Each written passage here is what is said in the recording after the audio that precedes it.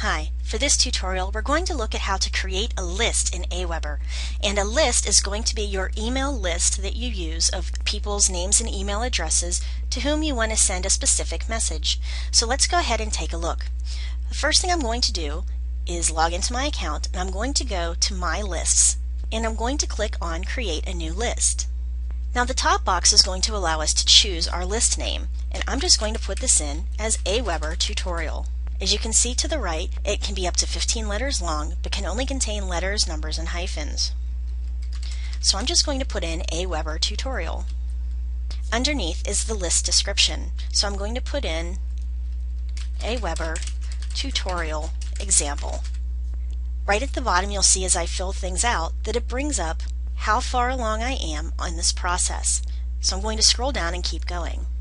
I'm going to put in my from name, also my address, and here you'll see that it will recommend that you don't want to use a free address like Gmail or Yahoo. Instead, it recommends that you use one from your domain. That way it's less likely to get stopped by the email filters in your potential customers' email addresses. Under that is the contact address.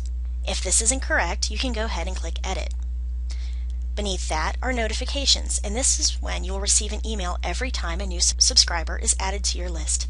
So you're going to just put in, once again, your name and email address, and click Add. And I'm going to click on Save Settings. Now up here, as you can see, I have an invalid character, and I'm going to make sure that it contains letters, plus my hyphen, plus a number. And now I should be able to go ahead and click Save Settings. And it's created my new list. Next, it's going to ask about company branding. And I'm just going to put in my company's name, my website URL, and my email signature. When you click on this, this is going to show you your pre-approved subject for the email, which can be confirm your subscription, their name and confirming the subscription, or even if you want to confirm their request for information by having them click on a link. As you scroll further down, you'll see that this is the intro to your email, so you can retype this whole thing if you'd like and make it really personalized to you. You can put in a link if you want them to confirm it, and you can click on Edit Signature and put in a custom closing. Again, you can choose the Insert Field drop-down, and you can put any of this information in from the information that they responded with when they requested the information.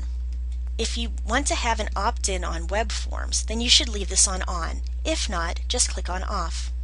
And finally, when they confirm, you want to have your success page. So have a page on your website that confirms that they have been successful. So you want to have a page on your site that they will be sent to automatically when they are confirmed as wanting information about you. So you would just put that URL into this box right here. As you can see underneath, it will ask if you want to pass the subscriber information for personalizing the page, although this isn't recommended for WordPress users, and click on Save Your Settings. And now we're about 59% finished. So I'm going to just type in a short message and click on Save Settings. So I'm just going to put in my website address and click on Save Settings. The next page is your customized confirmation message. So I can go into my Dropbox again under the subject. You can do a confirmed opt-in, and this makes sure that only the people who want to receive your emails are subscribed, and we're going to click on Yes to make sure that this is true. That way you know that the people who are reading your emails are ones who are actually interested in it. And then down on the bottom we have our success page, and we have a web page already built into our site that is the confirmation for success, meaning that once someone signs up, they'll automatically be sent to this page showing them that yes, they were successful in sending us their information. And then we're going to click on Past Subscriber Info to personalize the page, although this isn't recommended for WordPress users, and we're going to click on Save Settings. Next on the bottom you'll see that we should send them a welcome email, and this is thanking them for subscribing and telling them what they can expect you'll be sending them in the future, including information, messages, coupons, things like that. So this is the new drag and drop message editor. Let's go ahead and take a look at how to send a broadcast message and a follow-up message.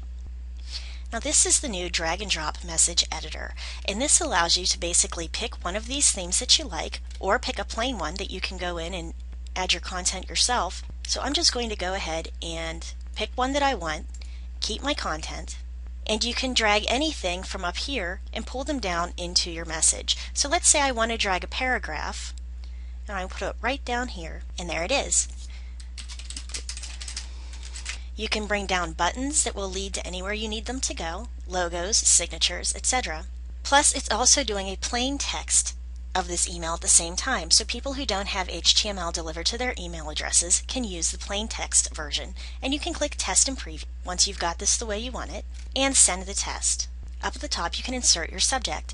Then here in Preview and Test, put in your email address and click on Send Test. It will tell you when it's sent. So then you'll just check your email address to make sure that it's the way you want it, go down to the bottom and click Next. The next page are your settings, and this will allow you to choose the interval between days sent between your emails. So you can send this any day from 1 up to 999. You can also choose whether you only want to deliver this message on certain days and times. Keep this box clicked if you want to track the clicks on your website, and click Save and Exit. Underneath you'll see we've got our follow-up messages as well. So the first one will go out, and then once the first one goes out, then the second one, then the third. You can create even more.